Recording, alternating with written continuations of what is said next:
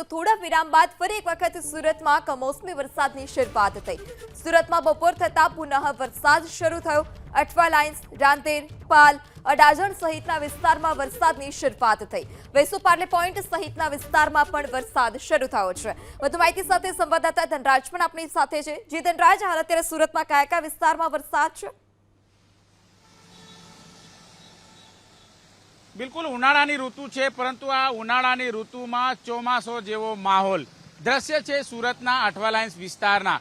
તસવીરો તમે જોઈ શકો છો, આ પ્રમાણે વરસાદ છે એની શરૂઆત થઈ ચૂકી છે।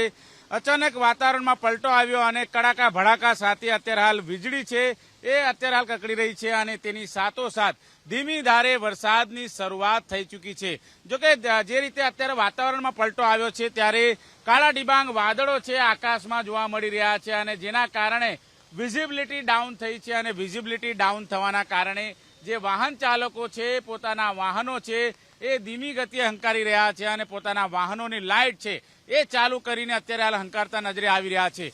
વાત કરીએ તો ચોમાસામાં અત્યારે હાલ જે પ્રમાણે 15 જૂનથી ચોમાસાની શરૂઆત થતી હોય છે, પરંતુ હજી તો મે મહિનાની શરૂઆત થઈ છે અને એ પહેલા જ કમોસમી વરસાદ અત્યારે હાલ દેખા દીધો છે। ગઈકાલે ભારે પવન સાથે જે પ્રમાણે અત્યારે હાલ ધૂળની ડમરીઓ ઉડી હતી અને રાત્રિના 2 વાગે જે પ્રમાણે ભારે પવન ફૂંકાયો હતો ત્યારે ઠેક ઠેકાણે જે સોલાર પેનલો છે એ ઉખડીને અન્યના મિલકતોમાં પડી હતી અને અત્યારે જોઈ શકાય છે વહેલી સવારથી જ જે પ્રમાણે અત્યારે સુરત દાદાના દર્શન થયા હતા, પરંતુ જોત જોતામાં જે પ્રમાણે વાતાવરણમાં પલટો આવ્યો, આકાશમાં કાળા ડિબાંગ વાદળો છવાયા અને હવે વરસાદની શરૂઆત, ચોમાસો જેવો માહોલ અત્યારે જોવા મળી રહ્યો છે।